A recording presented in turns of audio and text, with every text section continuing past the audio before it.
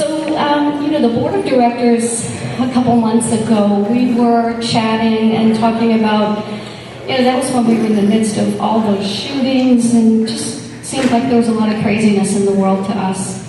And we decided that we needed somebody to talk us down and somebody to just kind of give us some uplift and to help keep us sane. And so today's speaker, Joyce Duffala, is talking about staying sane in stressful times. And Joyce is the assistant minister at the Center for Spiritual Living here in Santa Rosa. She oversees pastoral care and spiritual support programs and volunteers. So if there's any potential volunteers in the group. In her previous career, she provided communication workshops to corporations, nonprofits, and universities. But as a result of these last two careers, she has co-authored Seeing Good at Work, 52 Weekly Steps to Transform Your Workplace Experience. Please join me in giving a warm welcome to Joyce Duffala.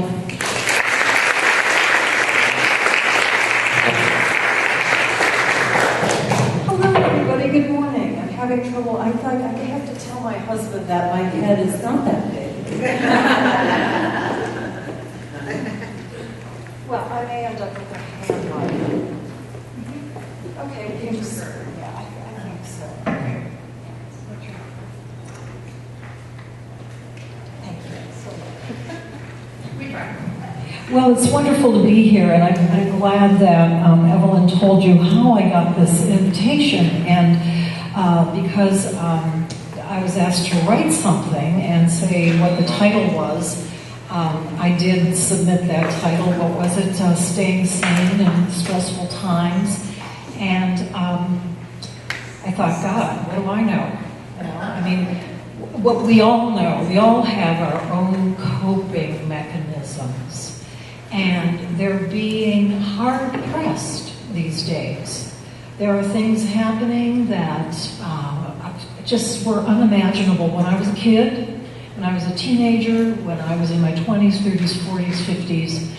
And so I'm just thankful that I am as old as I am, and that over the years I've had the good fortune to meet teachers and elders and people from a variety of spiritual traditions who have helped me learn how, is it this? Where you're standing, you can't stand next to those outlets. Okay, these outlets? Okay.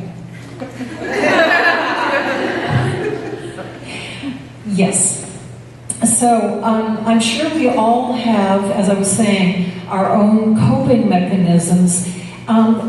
We all have our way. I think what's necessary to navigate the world, as you know from your experience, is that we need to both make sense of the world in some way, and also then to, within the frame of that overall worldview, to have moment-by-moment techniques that can help us survive. Daily life is filled with stresses, yes, somebody cutting you off on the freeway, an argument with a close friend, and the same techniques that we get to practice in navigating those things come in handy when we open the newspaper and we see that 200 people have been killed in Paris, or that one man has started a devastating fire, or that it's just come to light that one man has killed scores of women. These are pretty extreme things. So, in terms of an overall understanding, people who have a spiritual framework are at an advantage, I think. I have facilitated memorial services, and when I have facilitated a memorial service of anyone who has passed on, no matter what the spiritual tradition is, there is some sort of understanding that there is more than what we see in front of us right now. That there is something more, that what you see is only a part of what you get, that there's more to life, that, many of us believe that life is eternal. It's difficult, I've noticed, when everybody is an atheist, because they have nowhere to go when someone has passed on. It's like, that's it, and how do we make sense of this, in addition to the wonderful gifts the person has given to us that live on in us and continue to have a good impact in the world. So whatever your own spiritual tradition, including atheism, I think we can all agree that there is something called life, that it is present. So that there's a fire that takes out all the trees, and yet life itself hasn't gone anywhere. Life is still present, at least in its potential, and that those burned areas will come alive again, that life will be in evidence. So it is, I believe, that peace is available everywhere. A bombing happens, but peace and love haven't gone anywhere. They are still potentially present as we see, even though we cannot understand, perhaps, the frame of mind of someone who would be a suicide bomber. We can still see the love and the peace that is evidence in those who go to assist. So one of my main techniques for staying sane is to try to bring my personal attention as much as possible to where the evidence of peace is, to where the evidence of love is. Including, and this is a stretch, including to the perpetrator. Because even though I can't understand what would cause somebody to kill a bunch of people, what would cause somebody to light a match, what would cause somebody to strap bombs on themselves. Even though I cannot understand that, I know that that person, in some way, thought they were doing something good. Now, I do not agree with their choice. I cannot allow their choice. That kind of behavior must be stopped. However, the potential for good and for love and for peace is still in that person. Do you see the difference? In Christianity, ministers often say, I'm forgetting the first word. Let's see, I'm forgetting the verb, but it's making a difference between we have got to address and stop the sin, but love the sinner. That's it. The phrase is, hate the sin, love the sinner. Now, it's a stretch to think of those extreme cases. So, what is to our benefit, I think, is to practice them in little ways in our daily life. Somebody cuts you off on the freeway. You know how that can be very frightening. It can be almost feel life-threatening. I can respond from anger just because I'm guilty that I wasn't paying more attention, or I don't understand what this idiot has just done. So let's see, I believe I was talking about hate the sin, love the sinner. Oh yes, and so this is why you sometimes hear the word spiritual practice, because it really takes practice. Before I can even begin to think about what could possibly be good in ISIS, I have to begin by thinking about that driver who cut me off. And can I remember that I don't know what's going on with that person? person? I don't know. Maybe they're rushing to the hospital. They just find out their parent is dying. So as we begin to practice in little ways, that will help us cope with the bigger situations. And that's why I've given you a couple of excerpts from Seeing Good at Work, which is a book that was written with the intention both of helping people in the workplace where it's particularly stressful, but also helping us see good at work in our daily lives, wherever we may be leading them. So week 44 is about the high view, and it simply invites us in any situation to go for the highest thought in the situation. And again, you know, if you already have a religious or spiritual tradition, it's kind of it's easy to go to the highest thought. You know, I don't know what's going on, but there is a divine intelligence that knows what's going on. But for all of us, whatever our worldview is, the encouragement is to always go to the highest thought. So in your own mind, think about a challenging situation in your life right now. A person, an event.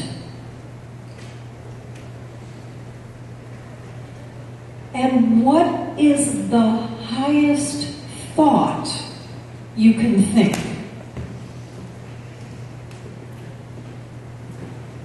And I invite you to take it a step further. If you could think of even a higher thought about this situation or person, what would it be?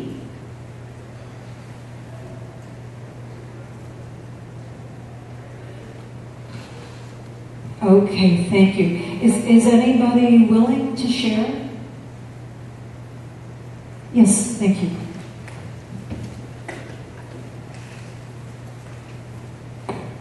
Yeah, my sister's staying with us. She's 80, and she's just here for another week or so, maybe longer now, because I have just discovered I think she really has some mental issues going on, including more than likely some dementia or Alzheimer's, and it's a very hard thing for me to deal with, in hopes of being able to talk to her about it. And so my high is that I love her and that I want her safe. Thank you so much for sharing that very personal thing. And the thing is, once we have something, especially, it's great that you got it to a very succinct and articulate thought, because if she does something weird, or if you're, gearing up your courage to have that conversation with her, there's a handy phrase to hang on to. I love her, I want her to be safe. I love her, I want her to be safe. I love her, I want her to be safe. And it's those kind of phrases, too, that we can use as anchors in difficult situations. I think there's one here on week 44. I stay in touch with my own goodness no matter what is happening. This is actually intended right here in this particular writing to encourage us to stay out of judgment of what's going on. Does anybody else have an example of where their highest thought took them? Yes, please.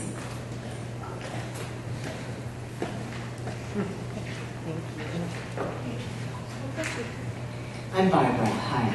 So for the last 6 weeks, my husband's been working with my son and his new wife, who are in their early 30s, to renovate a rental that we own so they can move back to Sonoma County. They both were raised here, but it's been maybe 10 years or more since they moved away from the county, longer than that.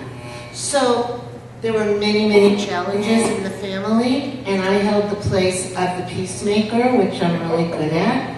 And now they moved in last night. They arrived at 11:30 p.m. and now they live here, just a few miles from me, and it's astounding, exciting, but my fear is that they won't want me in their lives and they live a few miles from me, but I know deep down they're moving here because they do love me and they love their family and they want to be a family, but I have to continually talk to myself and say, they love me, that's why they're here, they want me in their life, and don't give them too much space because that's not why they're moving here. So I got my kids back and now I'm afraid of rejection. Thank you. What is so wonderful about that example, again, thank you for sharing such a personal thing. It's those what ifs. So that's the other thing when we can start to spin out a little bit, you know, like, oh, this bombing happened and I'm going to Italy next week, and what if something happens there? It's those what ifs that can also add to insanity. I mean, you understand when I use that word. Do you have an understanding of what it means to be sane and insane in your own personal experience? I know when I'm functioning reasonably, and then when, you know, things are taking me kind of off from being reasonably. One more example. I saw your hand. Yes.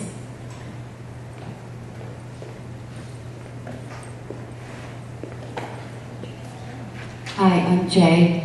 I was thinking about a conflicting relationship that I have with my younger daughter. And my first high thought is, she will be okay. It's okay for her to make decisions. She will learn from them, and her life will be fine. And I need to let go and allow that to happen without getting in the way. My higher thought is, she is my teacher. Whoa, gold star. Yeah, absolutely. Absolutely. A lot of you know the work of Stephen Covey. Yeah, good, you know, based in Mormon, a good grounding in a good worldview, and he's got that, at the very opening, he talks about the difference between the circle of, the circle of concern and the circle of, oh shoot, I should have looked this up before I came. It's the difference between what I'm worried about and what I can actually take care of. And so if we bring our focus on taking care of what we can take care of and our highest thoughts to those other situations that are out of our control, then I think that helps to keep us sane. So what I want to invite us to do, this is like a challenge exercise.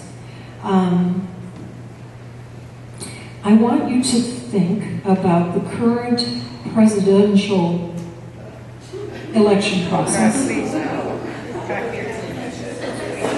And whoops, I knew I'd lose somebody.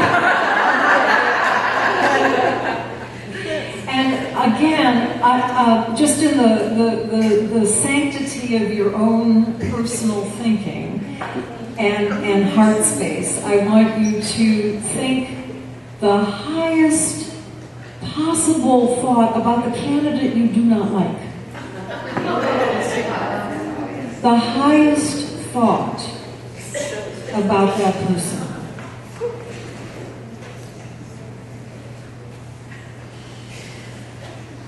And if you could think an even higher thought, what would it be?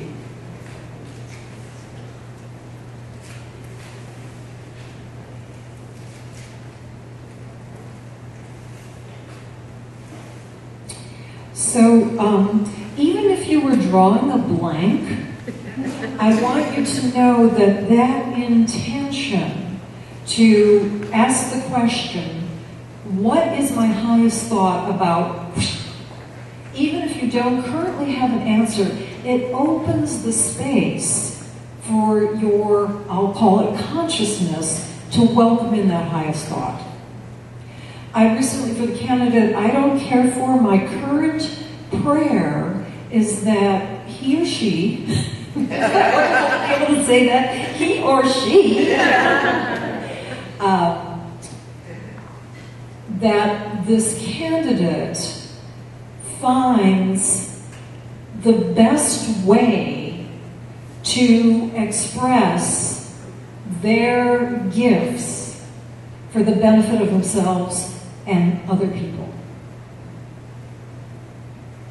In fact, the prayer is, well, no, that's the prayer. Yeah, for this particular person. I know who I want to win. But for this other person, I don't want to say, you can't win. But I do want to say, may you find the perfect way to express your love, your talents, for your own benefit and the benefit of others. So that's my current way of getting through this crazy time. 5 minutes, good. Well, then we better just take a peek at, so we continue things that can help us develop a higher understanding, include avoiding things that might bring us down, like some of the stuff on the internet. Sometimes I go down that rabbit hole and I think, what have I just done? Avoiding watching the news before bed, that's a good one.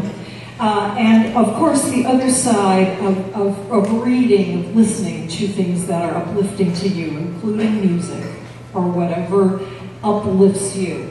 The other side of the page is about just a suggestion for a technique during the day. I know you all have your own coping strategies, but a technique during the day that will allow you to come back to your center, to come back to your reasonableness. So, who's got one already? You just shout it out. Like when you're just like, oh, I got so much to do, I got so much to do. What do you do? Yes? Take a knee. A knee. Take a knee? Just take a break. Just stop. Just relax. Yes. Yes. Okay, good one. Yes. Sometimes I actually just say the word stop. That actually helps, especially if my mind is just racing and I can't stop. I'll just say the word out loud. It helps to say it out loud. That's great, because it's almost like there's two me here's. The one who's like, ooh, ooh, ooh, and the one who knows better. Other coping techniques.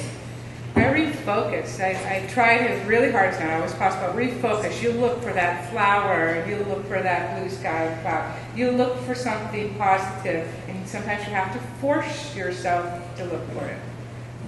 Thank you. Yes, you do. And, it's wonderful we have iPhones, because looking at my daughter's face always just opens my heart, so I can always just take a look at her. I saw another hand. Yes, Jay. When somebody cuts you off on the freeway, send them safely on their way with your blessing. Yeah, that idea of coming out of yourself and giving something to somebody else.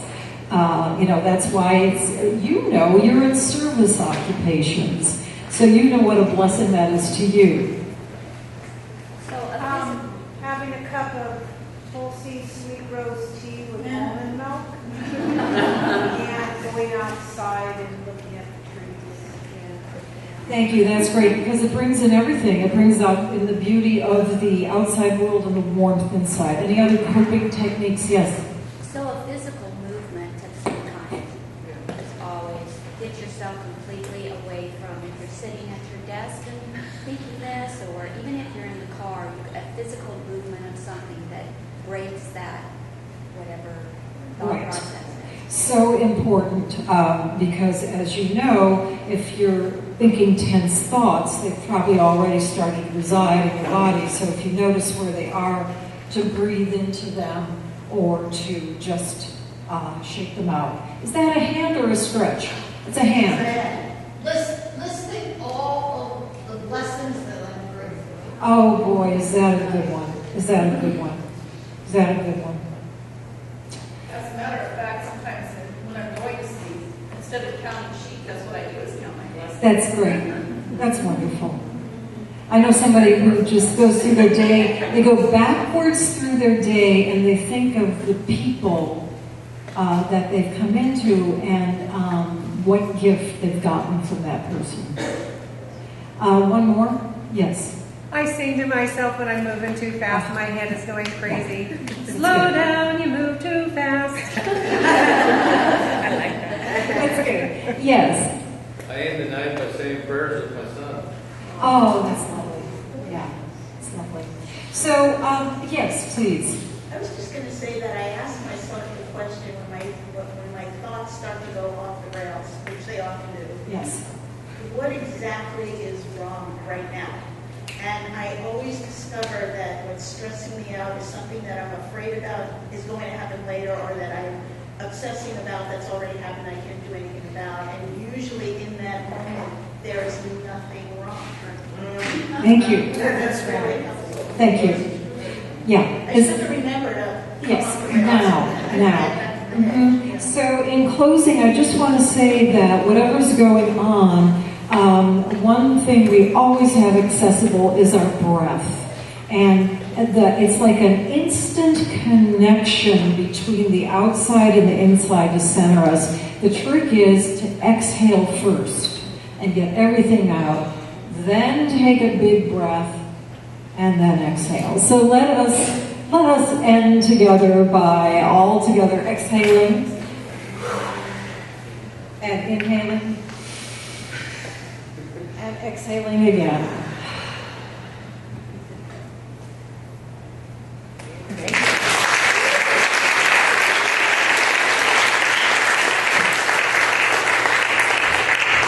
Do I go off or do I ask questions?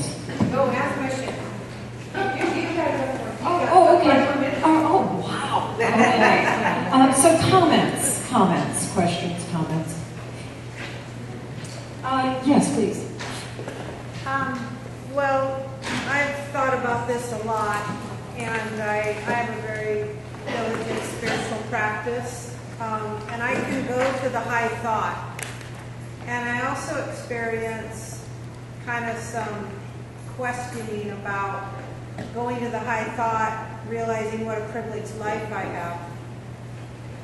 And am I bypassing? We call it spiritual bypass, of course.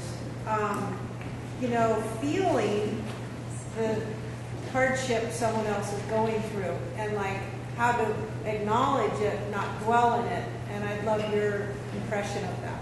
Okay, thank you. Well, I think the thing is, we are privileged. I mean, I was thinking that again today. I grew up in Cleveland, Ohio. There were lots of wonderful things, but the topography is flat. And because of the Lake Erie, it's humid. So I was on my way to work today. I was coming here today, and just reveling in the beauty of Sonoma County. And knowing that just over the hills, there's devastation has happened. And so I think the question is, without denying that people are suffering, the question can be, what can I do right now? And sometimes what I can do right now is just dwell in a higher mental atmosphere rather than a lower one. If it's of serious concern to me, I can research online, what can I do for the residents of Sonoma County? Oh, RCU is taking contributions, I can make a contribution. So I think the question, what can I do? Especially, what can I do in this moment? Yeah. I know, it's a hard one. What strategies do you have for managing the what ifs?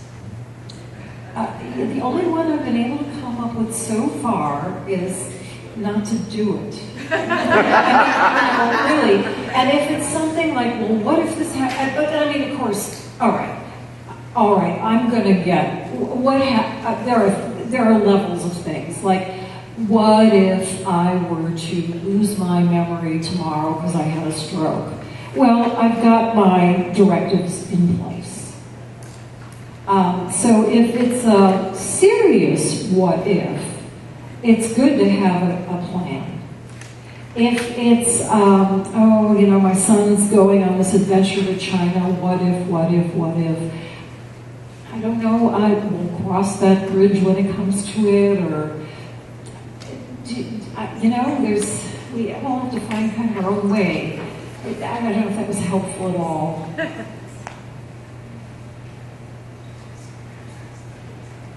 I think, is it about a person? No. Okay. Yeah. I think if it's about a person, we have to just entrust that their own intelligence and their own life path will see them through. And remember that we make mistakes too. I beg your pardon? And remember that we've made mistakes too. Oh yeah, we've made mistakes. I know when my daughter left home, I was like, what? Just because I left my mother, what are you doing? Yeah.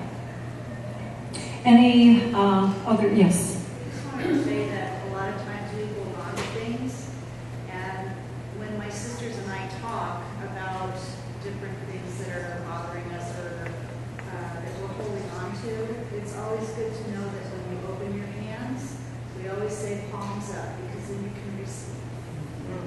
So Very let go. nice. Palms up, and you can receive. Thank you. That's lovely. That's lovely. So why don't we close by doing just that? Everybody tense their fists. And just open them up, palms up, so we can receive.